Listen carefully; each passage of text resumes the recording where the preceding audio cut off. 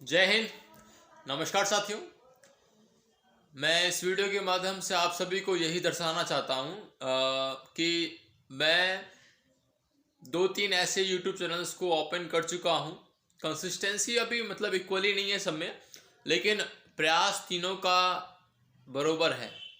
यूँ कह सकते हो कि आप अभी हाल ही में मैंने एक चैनल ओपन किया है बीके टेक स्पोर्ट्स। उसमें बीच में 15-17 डेज 20 डेज तक मैं कंटिन्यूसली एक वीडियोस डालता रहा लगातार। नए नए कंटेंट्स आते रहे।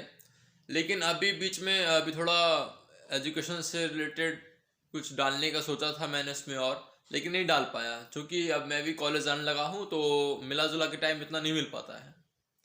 आज ऑफ था तो एक नया चैनल है फ्रेंड्स डायरीज प्रो करके।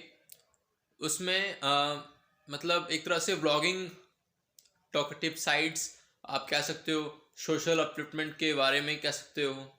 आप अपने पर्सनल सजेशंस उसमें मांग सकते हो, दे भी सकते हो। एक तरह से व्लॉग या फिर अपने थॉट्स को स्प्रेड करना उस चैनल का मोटिव है। ठीक है।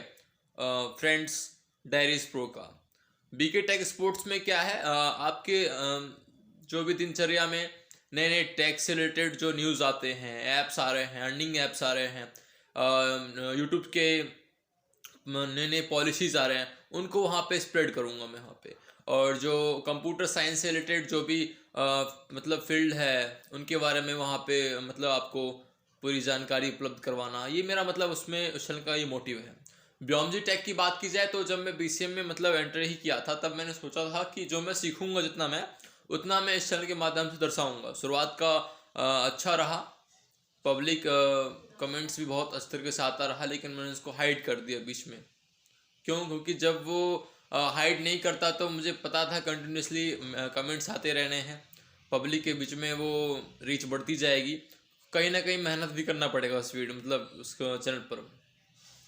तो अब ये है व्योमजी टेक पर बीसीए से रिलेटेड टॉपिक्स स्प्रेड करना है। और बस यही तीन चैनल है, व्योमजी टेक, बीके टेक स्पोर्ट्स और आपका है फ्रेंड्स डायरीज प्रो। इन तीन चैनल को लेके मुझे चलना है, तो आप लोग प्लीज़ मुझे सपोर्ट करिएगा। और जिसके पास जिस प्रकार की जो भी सजेशंस हो प्लीज़ साझा ज़रूर करना मुझे आपस में, ताकि मैं भी कुछ कर सकूं। अब देखो ना, अब जो हमारा एज होता है 20s का, वो कुछ करने करने दिखाने का होना चाहिए। तो अभी तक कुछ ऐसा तो किया नहीं है, करना भी चाहिए। हाँ, एज अ स्टूडेंट एक्टिविस्ट या सोशल एक्टिविस्ट कह सकते हो, लेकिन अब उसमें उतनी रुचि अभी देना नहीं चाह रहा हूँ मैं। जब तक 2-3 साल 4 साल तक जब तक एजुकेशन रनिंग में है, साथ में ये है एजुकेशन के साथ यूट्यूब पे अपना कंसिस्टेंसी मैं बराबर रखने का प्रयास कर रहा हूँ और करूँगा भी तीनों चैनल पर। सो आप लोग प्लीज़ में सपोर्ट कीजिएगा। जय हिंद।